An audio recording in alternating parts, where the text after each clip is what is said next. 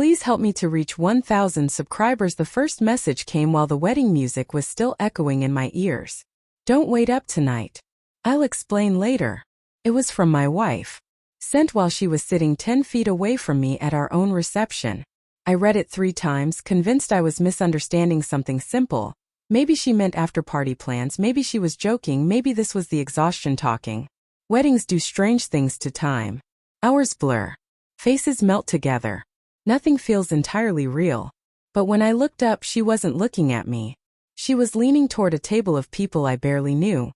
Friends from her old job, voices louder than everyone else's laughter.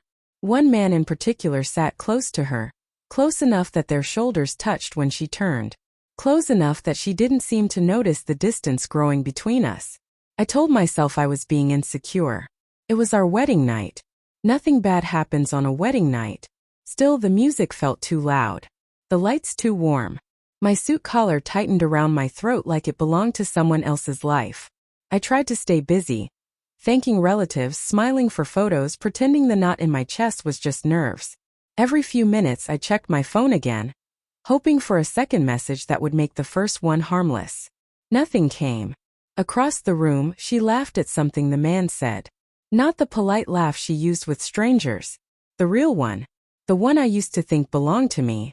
A memory surfaced without permission. 2 months earlier, her phone lighting up at midnight. She'd tilted the screen away when I asked who it was. Just work stuff, she'd said too quickly. I had believed her. Love makes belief easy. By the time the reception ended, she was gone. No goodbye. No explanation.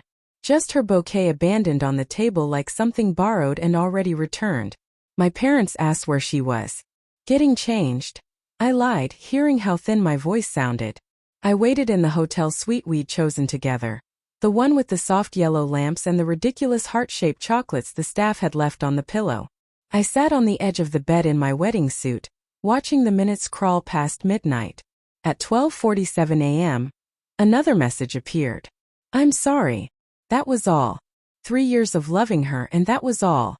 I don't remember deciding to leave the room. I just remember walking down the hallway into the elevator, through the lobby where strangers still wore pieces of celebration on their faces. Outside, the air was cold and honest. It didn't pretend anything. I walked without direction until the hotel lights faded behind me.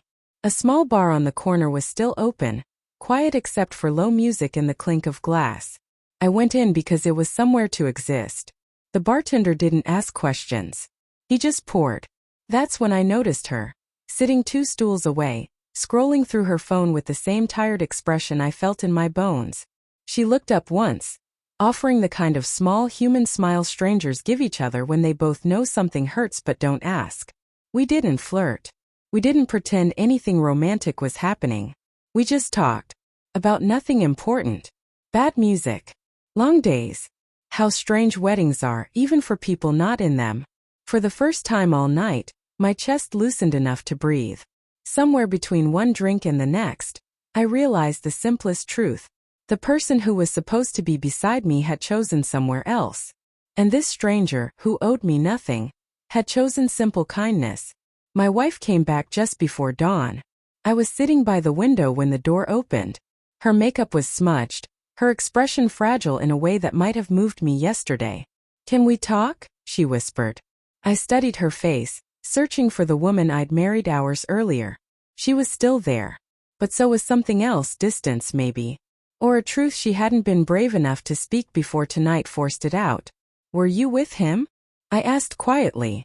She closed her eyes. That was answer enough. Tears came fast after that. Apologies, confusion, words like mistake and pressure, and I didn't know how to tell you. Each sentence landed softly, but together they weighed more than anything I'd ever carried. The strange part was how calm I felt. Not because it didn't hurt, because it finally made sense. All the late messages. The growing silence. The feeling that I was slowly disappearing from my own future. I met someone tonight too, I said. Her head snapped up, pain flashing across her face. I shook my head gently. Nothing like that. Just someone who talked to me like I mattered. The room filled with a quiet heavier than shouting. When the sun began to rise, golden light spilled across the untouched wedding bed. I think, I said slowly, We wanted this marriage to fix things that were already broken. She didn't argue. That hurt more than if she had. We sat there, two people in formal clothes surrounded by decorations meant for love, finally honest in a way we should have been months ago. Are we really saying goodbye? She asked. I thought about the years behind us, then about the years ahead, and how heavy they would feel if built on tonight's silence. Yes, I said. Softly, kindly, for both of us. Later, walking alone into the morning, I realized something I wish I'd known sooner. Betrayal isn't always loud. Sometimes it's just the quiet moment you understand you deserve to be chosen. Fully, clearly, without hesitation. On my wedding night, the woman I loved sat somewhere else. And in the emptiness she left behind, I didn't find revenge or anger. I found the first small piece of myself coming back home.